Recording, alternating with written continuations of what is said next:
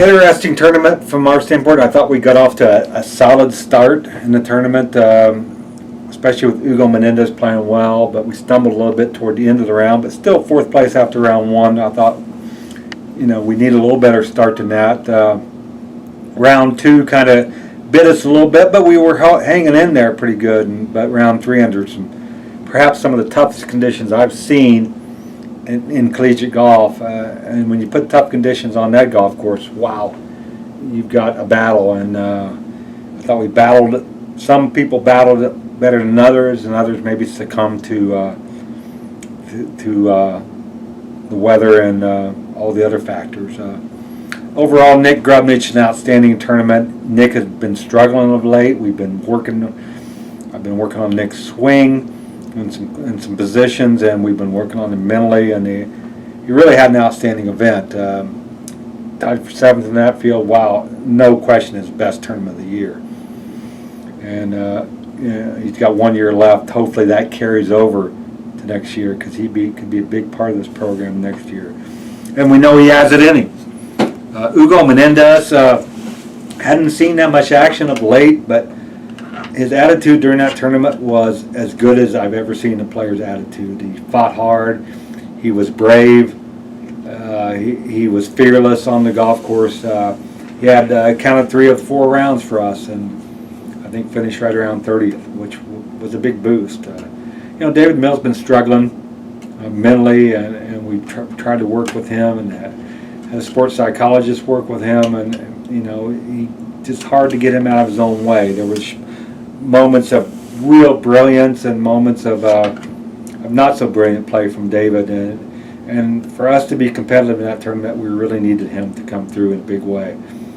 And Max Collin had a so-so tournament, and Will Sager, who'd been playing so well for us down the stretch, really slipped up, and we were counting on Will for some big things, but he's a freshman, and I know he's going to play a big role in this team the next 3 years. We really knew we had our work cut out for us perhaps this year, but after the fall we thought we had a good shot at making postseason play. Next year we have what we think one of our strongest recruiting classes coming in, led by Brendan Doyle and Matt Weber. Brendan from Louisville, Kentucky, Matt from the Chicago area.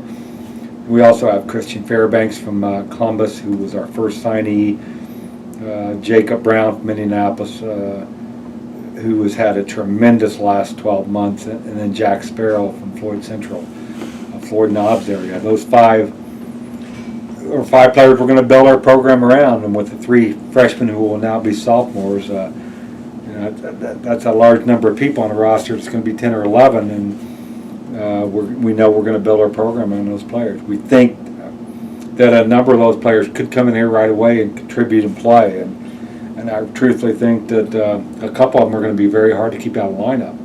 We have a better schedule this year, and usually I schedule tournaments based on the kind of team I think we're going to have, and we've upped the ante quite a bit for next year. We'll have a very, very strong schedule and a nationally competitive schedule, and see some of the top teams in the country. And we'll do that with a fairly young team, hopefully led by senior Nick Grubnich, who shows he can be a leader, and Max Collin, who played in every tournament for us this year. I expect Max to be a big part of what we do next year as well. And Will Sager, who played in every tournament as a freshman. Those 3 players, and Andrew Fogg, who will be a senior next year, has proven he can play. And both our other 2 freshmen this year, who will be sophomores, Keegan Villa, Andrew Havel, got plenty of experience this year. So in one way, we're going to be a more experienced team, although we're still going to be very, very young. But it's going to be fun. We start with the Northern Intercollegiate up at Rich Harvest Farms. We conclude the fall with the Tavistock Collegiate, one of the premier collegiate events in the country down at Lake Nona in Orlando. It's going to be a great fall season for us, and we can't wait to get started. In between there, we'll hit the road this summer recruiting hard for the class of 2015 and 2016. We've got some potentially great projects on the horizon as far as our golf facility is concerned.